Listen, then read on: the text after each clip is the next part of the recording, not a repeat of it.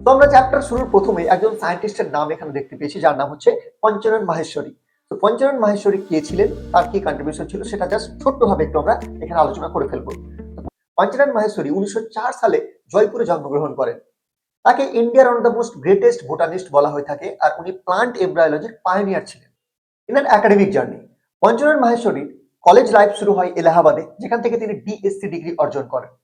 সেখানে তার মেন্টর এবং কলেজের প্রফেসর ডক্টর ডব্লিউ ডাজেল, তাকে দেখে তিনি বিশালভাবে ইন্সপায়ার্ড হন। তিনি মনে করতেন a teacher's greatest reward is when the student surpasses him. সত্যি, এটা কিন্তু প্রকৃত সত্যি কথা। একটা টিচারের কাছে এর থেকে বেশি বড় রিওয়ার্ড কিছু হতে পারে না, যখন সে টিচারকে তার স্টুডেন্টরা সারপাস করে যায়।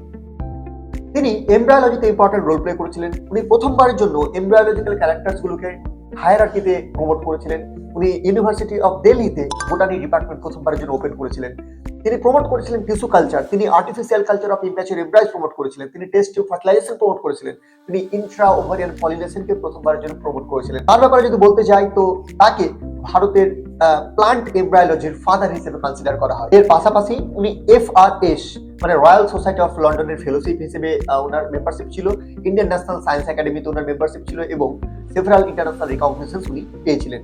পঞ্চানন মাহেশ্বরী যদি কন্ট্রিবিউশনের কথা বলি ইন্ডিয়ার এডুকেশনে, তাহলে কিন্তু এই প্রথমবারের জন্য যে এনসিইআরটি বায়োলজি টেক্সট বুক লেখা হয়েছিল, সেখানটাতেও কিন্তু সেটাকে ডেভেলপমেন্টে তার গুরুত্বপূর্ণ অবদান রয়েছিল। তিনি একটা কি রোল প্লে করেছিলেন প্রথমবারের জন্য এই বায়োলজি টেক্সট বুক লেখার ক্ষেত্রে এনসিইআরটির জন্য।